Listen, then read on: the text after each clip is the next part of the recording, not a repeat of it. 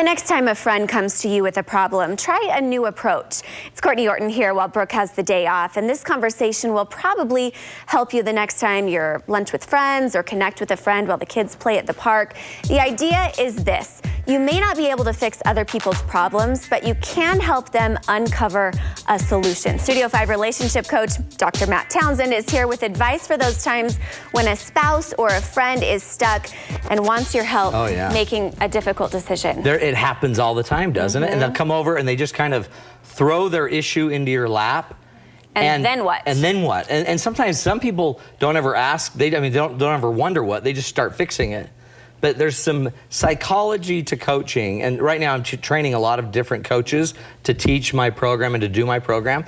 And I'm realizing that a lot of things that I just learned and have done naturally, a lot of people don't know about. So let's teach everybody out there how to be a better coach to their friends and family. How to be a therapist to and their how friends to be a and therapist. family. Then you don't have to ever go to school. Or go to a therapist. Yeah, no, I'm just kidding. You'll still go to therapy. I know. But so one of the things around this that's important is, and I think about this every time they come and see me, I don't have the answer. So I'm not the answer giver. I believe the answers are always in the person that's coming to me.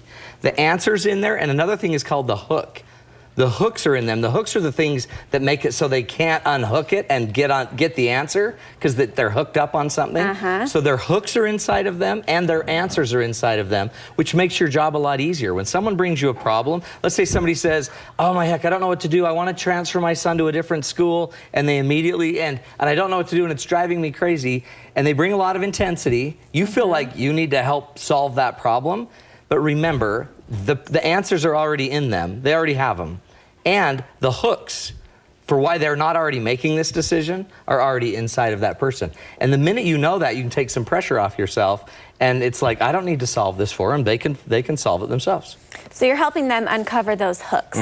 You're also using questions back at them to help them turn on some of those lights. Because it's dark inside, right? It's dark inside. We don't know what's going on. So I like to use questions to turn on the light. So when somebody asks me to solve their problem, or should I send my son to this school or this school? Before I'll even answer, I just usually ask a question. Well, what's your goal? Or tell me what's going on. I don't understand what's going on. Give me more information about your son and what's going on. Or a simple thing like, well, why is this a problem now? Why is this different that he might need to change schools? Any one of those questions, and it doesn't matter what it is, forces the person to start kind of owning the information a little bit more themselves. Many people don't know what their goal is. Does it matter what school your kid goes to if you don't have a goal? Right? So my goal is to help them figure out, well, what's your goal here? What's your objective? Is it a social question you have about whether you should stay at this school or this school? Is it an academic question? What are your goals with your son? And what are you having problems with anyway? And the minute they start to answer those questions, it sets you up for the perfect kind of coaching moment, right? And this is where, when they start talking, what I like to do is listen to what they're saying, and then when they stop talking, I like to hold it up to them as, this is what you're saying. So what I'm hearing you're saying is, you don't want to put a lot of pressure on your child. You feel like you might be overpressuring him, but you really feel like this other school would be better academically and better socially for your child. Is that what you're saying? And it sounds weird, like I'm deaf and I can't hear what she's saying, but I'm holding it up for a reason, and it's because I want her to see what she is saying, if that makes sense. Because the more she sees what she's saying, then she can actually start to sort herself through it. She might say, well, yeah, I mean, it would be a better experience, but am I just being too pressureful? Am I just trying to make my child something and not let them experience what they're experiencing? So that little phrase right there told me even more about her. So it sounds like you are really worried. It's like the second time you said you're worried that you're putting too much pressure on your child.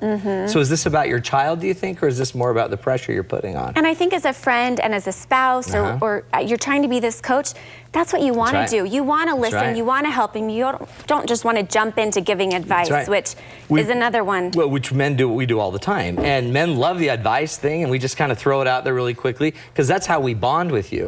But this process could be a bonding process where, and you could even start the whole thing by saying, honey, I don't necessarily want advice, but could you just coach me on something? Just listen to me and hold it up so I can hear what I'm saying. The other thing you got to really watch out for when we get into this, because in the end, this is about change, right? And the change has to come from the other person. And if they don't change, if they don't get what I'm saying and I don't get what you're saying, the change won't happen. That's why we give a lot of advice that nobody ever takes. So what I like to look for are the inconsistencies. I like to point out the fact that it sounds like this isn't even about your son, it's about your fear that you're pushing him too hard. Talk to me more about that. And because the minute I see the inconsistency, that might be the very reason why this person's coming to talk to you. Because she knows she's pushing too hard and she needs somebody to say, stop pushing your son. If you know her really well, you could say, Judy, you're pushing your son too hard. And you could go that way. But it might be better if she figures it out, because the minute she does, then she can solve her own problem, she can heal herself, and she can move on. Be so careful giving advice to people. One of my big things I teach my coaches is, and I didn't realize this, but people take your advice. I have people come up to me out of nowhere and they take my advice and they say, oh, I did exactly what you said here. And I'm like, ooh, how'd that go? People listen to what you say, so watch out, because they'll take your advice sometimes. The other thing they'll do that's scarier is they'll actually blame you for it.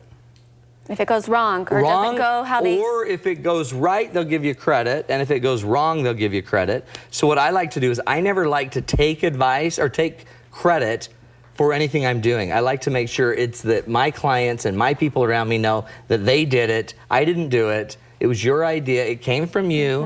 I just held it up for you, and I supported that.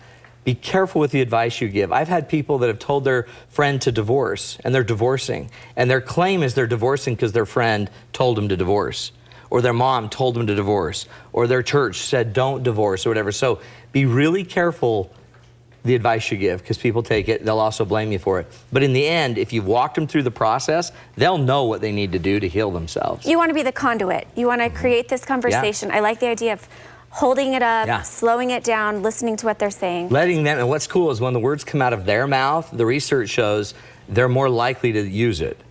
When it comes out of my mouth, my advice, they're less likely to use it when it comes out of theirs. So I might just affirm him and I might say, it sounds like the #1 thing you might want to do about your son is make sure you're not pushing too hard. And then I might even try to get more out of them for how they could do that. What's something you could do to know that it's your son's idea and not your idea, pushing too hard? Good tips. We're going to be better friends, Basic spouses coaching. and coaches. That's good stuff. Thanks, Matt. You bet. Appreciate it. And if you